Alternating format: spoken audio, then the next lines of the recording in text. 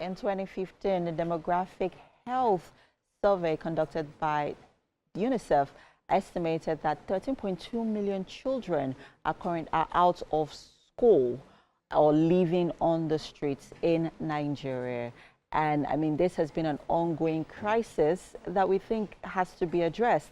And we have with us Modupe Alakija Ajibola. She is the founder of Street Kids Matter, an NGO committed to supporting vulnerable children living on the streets of Lagos.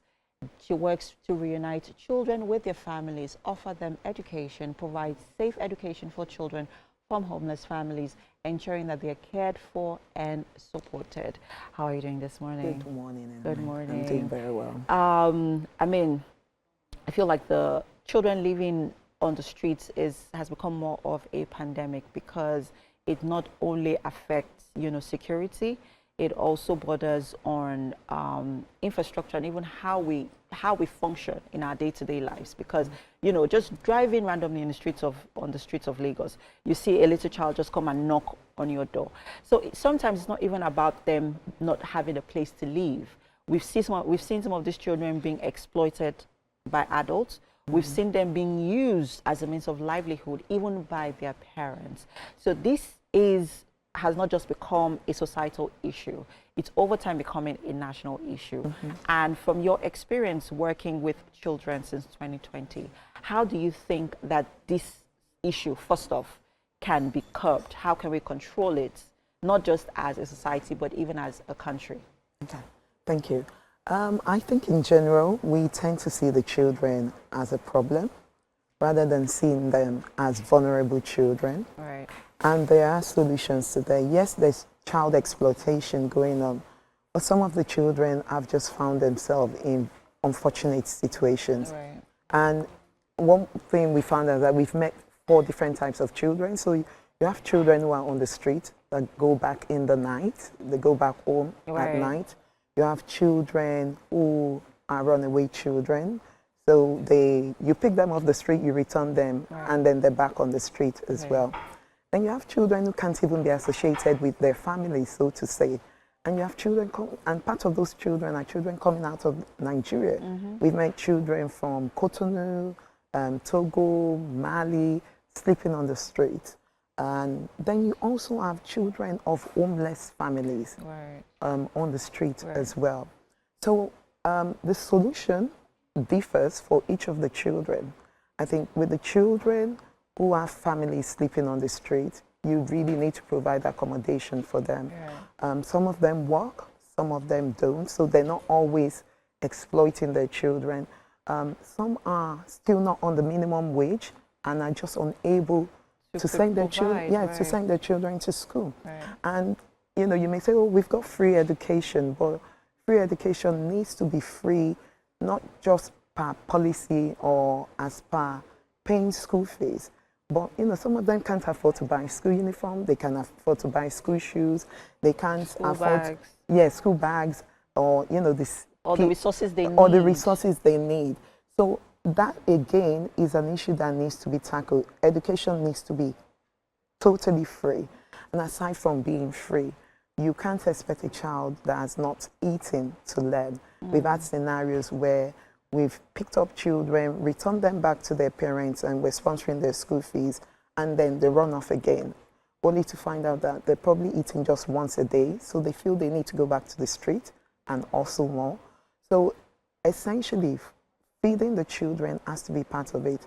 If we're able to get the children into school and give them breakfast and lunch, they will stay in school. A lot of the children we meet do really want to stay in school.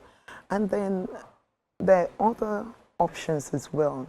For instance, some children go to school, but they end up sleeping on the street. They're sleeping on the beach as well. And you find that there are a lot of schools where there's empty spaces. It might be an opportunity to just create dormitories. We can use shipping containers to create dormitories. UN does that, in terms of rehabilitating children.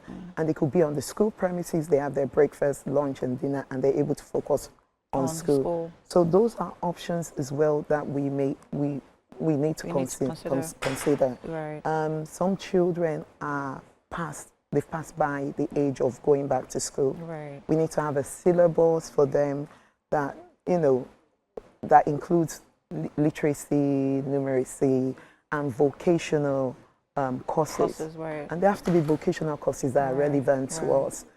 So things like solar installation, we need more of that.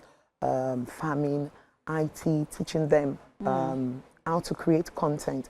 So they're not just marketable back in Nigeria, but they're marketable all globally as well. So as opposed to seeing the children as, as nuisances, if I can use that word, I think we need to look at them as children who are vulnerable. Some of them have not asked to be in that situation that they found themselves. You said something about, sometimes taking in some of these kids and then they still go back to the street, which of course borders on their orientation.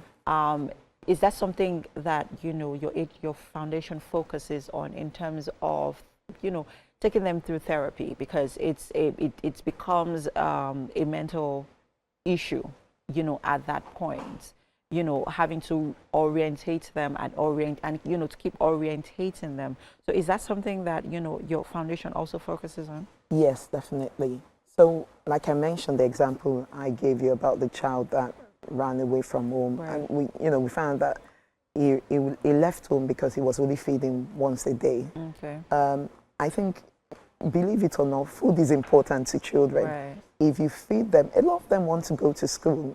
Some of the street children just feel like school is some fancy thing, and the opportunity to be able to go to a school, not just a school, but a good school where teachers show up. Because we also have people coming to us and say, "Oh, I want to change my child's school because the teacher does not come in regularly." And I just feel like we shouldn't discard what we have.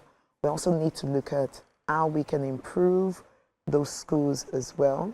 Part of it could be having digital solutions. So like I was saying earlier, we have the Oak National Academy in the UK, which consists of lessons, and it covers all the syllabus right from nursery school up to primary school. We need to have a Nigerian version of that, which means that a child, whether they're in the remote corners of the country or in a place where they've got internet, they've got access to this learning, and to standardize it as well, the learning, whatever, so that a child going to a public school and a private school are learning essentially the same thing. The comfort may differ, but they're learning essentially the same thing. So yes, we do provide therapy for the children, but a lot of the children do really want to go to school. Before we return a child, we also provide therapy to the parents as well. So we would invite the parent and the child. We'll speak to the child, find out where things are falling apart, and also speak to the parents. And for those at home as well, we talk to them. Therapy is very important. Right. Some of our children have been molested, and you have to provide the counseling, and it's also providing a lot of love as well. A hug means a lot to these children. They want to feel seen, they want to feel heard, they want to feel loved, they want to feel special. They're like any normal children. I mean, we're talking about this now because yesterday was commemorated to, celebrate children all around the world. And I know that, you did something with kids in Aja. Talk to us quickly about, what you did for these kids and some of the amenities that you also provided for these kids. So we went to, our outreach was at General Paint at Aja. Right. We also went to Aja Market. We went to Nehru Beach and Ikate, reached out to the street kids there. So General Paint itself is like a massive city. It's really a shanty, so to say, yes. And they're close to, I understand there are over 800 children, if not more, that sleep there. Some of them sleep in the stores, so to say, but quite a few of them sleep on the street. Wow. They have their own government, if I can put it that way. They have a Seriki. Like a system. Yeah, they have a system. They have a Seriki who is like the king of the... Wow. Yeah. And they've got community police as well. Yes. So before we could go in, we had to speak to the Seriki, and, he provided us with community police. Wow. That meant that, we could do... You could do what you needed what to we do. needed to do. Wow. So there are lots of children there. Unfortunately, there are no schools. So those that go to school have to travel, and except their parents can afford transportation, most of the children don't go to school. There is a church. There are 3 churches in there. One of the church has a school, but a lot of the children in the community can't afford it. Yeah. Yes. So, I mean, what came out of that really was recognizing the children in need, and the children that are currently homeless and sleeping on the street. We met some of their parents, and we're going to try and provide accommodation for them, send them to school, look after their medical health. And we do this through our virtual parents. Wow. A virtual parent is really, we don't like to use the word mentor or sponsor, because they do more than that. They call them on a regular basis, on video call, WhatsApp call. They look after their needs, encourage them, make them feel loved, seen and heard, and so to say. So we assign virtual parents to them, and they go to school.